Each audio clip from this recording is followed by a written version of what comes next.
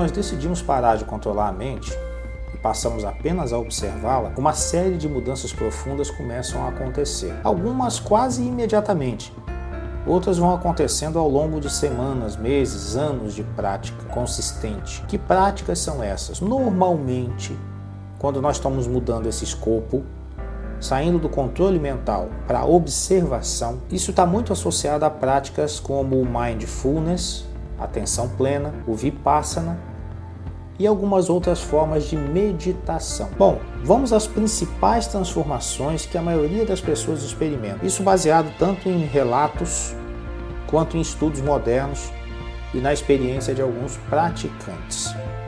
Primeiro ponto. Quando você para de controlar a mente e passa a observar, você deixa de se confundir com os pensamentos. Vamos a um exemplo. Antes, eu sou esse pensamento ansioso, raivoso e autocrítico. Depois, está aparecendo um pensamento ansioso, uma sensação de raiva. Note bem que no primeiro exemplo, no antes, quando você está naquela fase do controle da mente, você se define como a emoção que você está sentindo. Quando você passa a ser um observador, você reconhece o fenômeno, mas você o observa de longe. É apenas uma forma de identificação. Essa pequena mudança de identificação, o eu sou, para o que está acontecendo, é uma das libertações mais significativas. A sensação de ser sequestrado pela mente diminui bastante. Número 2.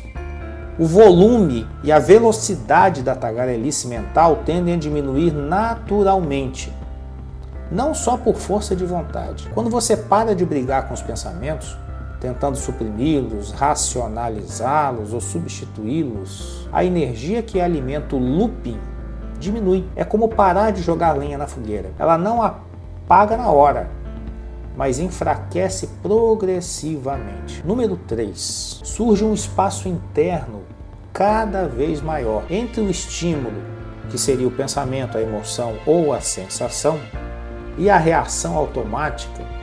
Começa a aparecer um intervalo, percebe?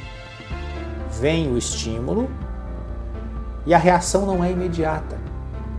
Começa a surgir um espaço entre um e outro. Nesse intervalo mora a liberdade de escolha. Você pode responder em vez de apenas reagir. Muita gente descreve isso como ganhar uns segundos preciosos antes de explodir ou de se afundar na ruminação.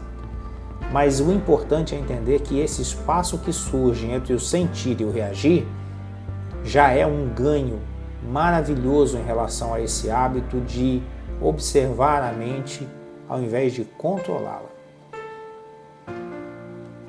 Muito bem, número 4. A relação com emoções difíceis muda radicalmente. E isso é maravilhoso. Quais seriam essas emoções difíceis? Medo, vergonha, tristeza, raiva.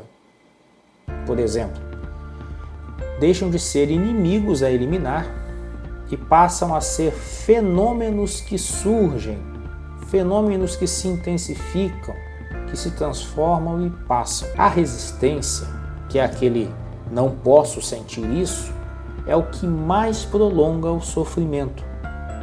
A observação equânime dissolve essa resistência. Quinto ponto, a identificação com o eu controlador enfraquece. Quem estava tentando controlar a mente o tempo todo? Percebe-se que esse controlador é só mais um pensamento, uma sensação transitória. Isso traz uma sensação paradoxal.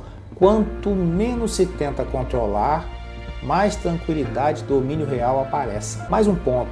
A percepção da impermanência fica visceral, não só intelectual, você sente. Tudo surge e passa. Pensamentos surgem e passam, as emoções surgem e passam, as sensações corporais surgem e passam, os estados de humor igualmente.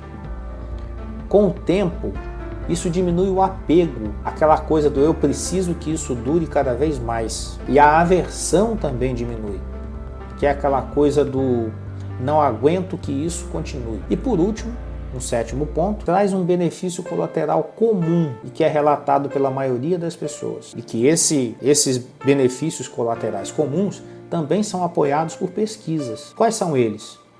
Menor reatividade emocional no dia a dia, redução de ruminação e a ansiedade antecipatória. É o sofrer com antecedência, diminui radicalmente. Maior clareza para tomar decisões. Significa haver menos ruído mental, sensação de leveza, descompressão interna, ou seja, aquele aperto no peito, aquela sensação de amargura, ela deixa de existir. E por último, aumenta a compaixão natural consigo e com os outros, porque você vê todo mundo que está sendo arrastado pela própria mente da mesma forma. Você começa a reconhecer nos outros aquilo que você sentia e aquilo que te controlava. Resumindo, então, em poucas palavras, controlar a mente significa uma guerra constante. E é uma guerra que geralmente é perdida. Observar a mente significa desarmar a guerra. A mente se acalma sozinha e você descobre que não é exatamente quem pensava que era. O mais libertador não é a mente ficar silenciosa o tempo todo, ela não fica. E também não precisa ficar. O mais libertador é perceber que você não precisa ser arrastado por ela, mesmo quando ela continua fazendo barulho. Então é importante perceber que são mudanças sutis, mas elas são extremamente significativas. E tudo isso depende de prática. Para começar, a sugestão é: comece a observar o que a mente traz, sem compromisso em reagir ao que você está percebendo, sem compromisso em ter que se expressar ou se manifestar em relação àquilo que está sendo observado. Apenas observe, saia da primeira pessoa e assuma uma terceira pessoa. Imagine que você é alguém de fora observando você no seu momento, no seu dia a dia. É libertador e ajuda muito a retirar esse peso mental, que é resultado da tentativa de controle da mente, ok? Um grande abraço então e até o nosso